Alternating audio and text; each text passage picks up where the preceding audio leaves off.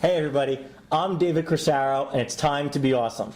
I am here with who I consider... What? It was lame. It's time to be awesome. It's time to be awesome. Do it the way you did it in the first take. Do it again. Hey everybody, I'm David Corsaro, and it is time. It's time to be awesome. I'm here with doves and nouns. I'm Vito Scotti, an obscure reference. Okay. Yes, it's time to be awesome. One of the funniest magicians I know, Doc Dixon. And Doc, thanks for coming on real quick. Thank you for having me.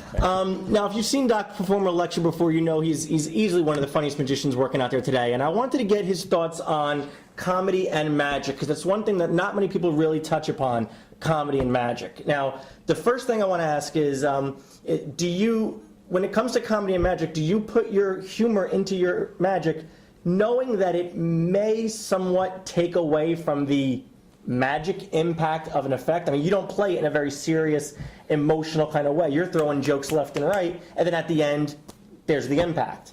Do you worry at all that maybe your comedy is hurting the magic? No. Okay, this has been Doc Dixon at Time to Be Awesome. If you were a man, you would just end this right now. I'd just be going, no. All right, we have airtime. We got 25 more minutes to kill right now. It's the internet, so we have to have a specific... Somebody get Doug Edwards back here. No, because I try to choose effects which lend themselves to comedy. As an example, let's say we're talking about card to wallet. Card to wallet, you have a card selected, you have a card signed, you have the card last in the deck, you have the cards mixed up, and then you take out your wallet, you unzip the wallet, you take out the envelope, and inside there's the card. Okay, until you've taken the card out of the envelope, there's technically no magic. Right. So any funny that happens in the path to the magic, you're not messing with the effect. You're not messing with the magic impact. Now, you don't want to necessarily crack a joke right at that moment when the card comes out of the envelope. Yeah, that would water down the impact. But I think if you put the funny in before then and then shift into the magic gear, you will have time to be awesome. Now, sarcasm. Let's talk about that for a minute. Do you think humor or comedy can be taught? Can somebody learn to be funny?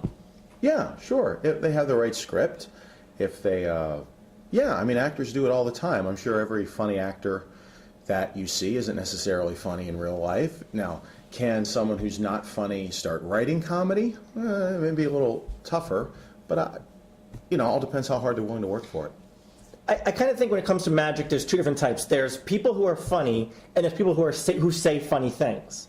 So any magician can stand there and say, give me your hand. No, the clean one, and get a laugh with that. There's not many magicians that I've seen, there's a handful of them that can literally be funny, that can improv off the top of their head, that can create something funny out of nothing without having a very scripted line in your head. Do you put yourself into one of those two categories? Do you consider yourself to be somebody who is funny or tries to be funny, or are you just Doc Dixon and you're a funny person? I just do what I do and hope the audience is happy with it. There are so many talented people out there. I have to tell you, you introducing me as being so funny is making every insecure bone in my body shake. I do what I do, and the only confidence I've ever had in how funny I am is that when I get booked back. And it's literally that, because I know that's objective. If they book you back, you did the job, and if part of that job requirement is that you're funny, because it's really easy to delude yourself, and myself included, into thinking that was funnier than I thought it was. So that does it get booked back? Now, I don't. There's all different ways to be funny.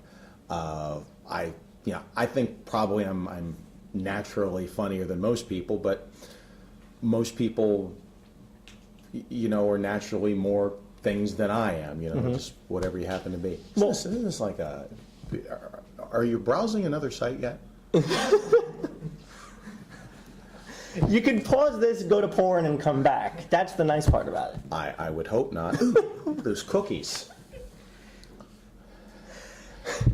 I can remember when Michael Close reviewed or talked about Everything's Funnier with Monkeys, which was your first book published in 1997. He said that he did a joke once, and the only person that laughed in the room was Doc Dixon. Yeah, it was a Tale of Two Cities reference. Okay. Madame Lafarge. Which Well, duh, that joke. But that leads me to my next question, which is there's a lot of the humor that I've seen in your lectures and your performances that not everybody in the room is going to get. There's a random reference to literature or to history or to sports or to music or to movies. And we talked about this once you said sometimes you're okay with that. You're okay with one guy laughing in the corner, and you'll even make a joke about the fact that one person got the joke. Yeah, I do more of that in lectures only because it's just a looser format. We're amongst peers. I mean, when you have any arena where there's a lot of inside humor, you have a lot more like a magic group where we all have these commonalities. It's a lot easier to, if you will, improv, go off the cuff, because we're all coming from the same universe, and things don't have to be as tight. So you've seen me lecture more, so you're going to see more of that there. But if I'm doing my stand-up act elsewhere, it's a lot more tightly scripted, and if I go off script,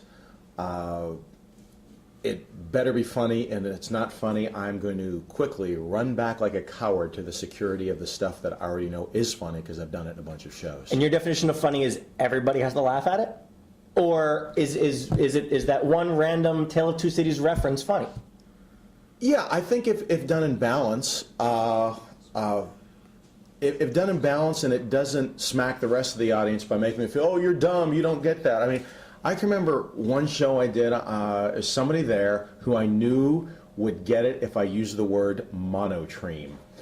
Now, I know we all know what that means, but for those of you that don't, a platypus is a monotreme. It is an egg-laying mammal. Okay, it's an odd word to use in a show, obviously. But if I knew if I used it in the show, I would have a fan for life in that one person. So I don't even remember the context of it. I threw it in real quick. He dies. And this is 10 years ago, and he'll still talk about it. I think in limited doses, targeting something like that, it's not only funny, but it connects you with the audience. A better example, I used to do the Vanishing Birdcage in the show, the handheld one, and I would talk about how it was made of solid adamantium steel. Now, this was before the X-Men movie came out, where more people would know that adamantium was the or it was the skeleton of the Wolverine character. But every time I would do that, I would just want adamantium. That's half a second, but in any given audience, and depending on the demographic, there's half a dozen people that are going to get that. It costs you nothing to the people that don't get it.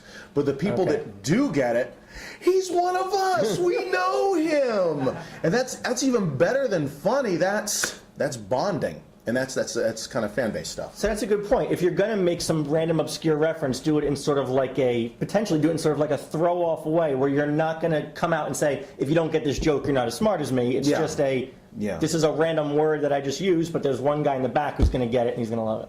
Yeah, that's basically it. Yeah. Well, I don't want to take up too much of his time because I just finished a lecture. This is Doc Dixon. If you want to check out some of his stuff, you can check out DixonMagic.com, where you can buy the ebook of that first published tome so many, many years ago. Shameless pitch. Everything's Funnier with Monkeys, which has got great worker material in it and a pop-up. Which, how often do you see that outside of Sesame Street Golden Books? You just don't anymore. Golden Books. Remember? See, I got you a friend. Nice. See how I did? That's called a callback. Nice. And in addition to that, you got Monkey Shines 1 and 2. Monkey Shines Volume 1 and 2. Yeah. Volume 1 and 2, which just came out. Jamie Ian Swiss gave a great review. And as did Peter Duffy. As did Peter Duffy. Very kind of them. Very, very nice. So now I'll give back their puppies. DixonMagic.com. Doc Dixon, Dave Corsaro. Now, go be awesome. Thanks, Doc. Thanks, brother. Thank you. Thanks, guys.